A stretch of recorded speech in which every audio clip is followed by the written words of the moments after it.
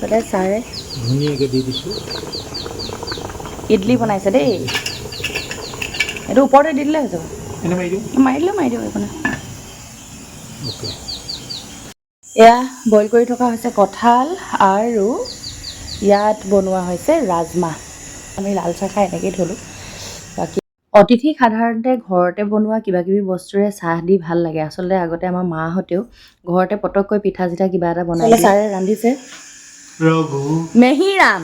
ৰঘু আজি ৰঘু নি? আজি ৰঘু। আমি আলহীলৈ বনালোঁ ব্ৰেকফাষ্টৰ কাৰণে ৰুটি আৰু ৰাজমাহ পনীৰ। আৰু বিশেষকৈ এওঁ ইডলি বনাইছে যে তেওঁ মানে সেই ইডলিটো খাই খুব ভাল পায়। পাতত দিয়া মাছ খাই বেয়া পোৱা মানুহ চাগে খুব কমেই ওলাব। আৰু এইফালে মোৱা মাছ পাতত দিয়া। কলপাতখন লেৰেলাই ল'লে এনেকৈ ধুনীয়াকৈ পাকটো মাৰি দুপৰীয়া সাজৰ বাবেও আমি থলুৱা কিবাকিবি ৰান্ধিবলৈ চেষ্টা কৰিছিলোঁ। হাঁহৰ গোটা ভাজি, খৰিচা দিয়া বইল গাহৰি, মেজেঙা গুটিও দিছোঁ দেই। তাৰপিছত আছিলে কঁঠালৰ মুচি, সৰিয়হ বটা দিয়া, চজিনা, নৰসিংহ, ভেদাইলতা আদি, বাহু মাছৰ জালুকীয়া জোল আৰু সেয়া মাছ পাতত দিয়া দেখিলে। গতিকে এয়াই আছিলে খাবলৈ। মই কৈছোঁ ভাল হৈছে বুলি, বাকী আলহীও খুব ভাল পোৱা বুলি কৈ গৈছে।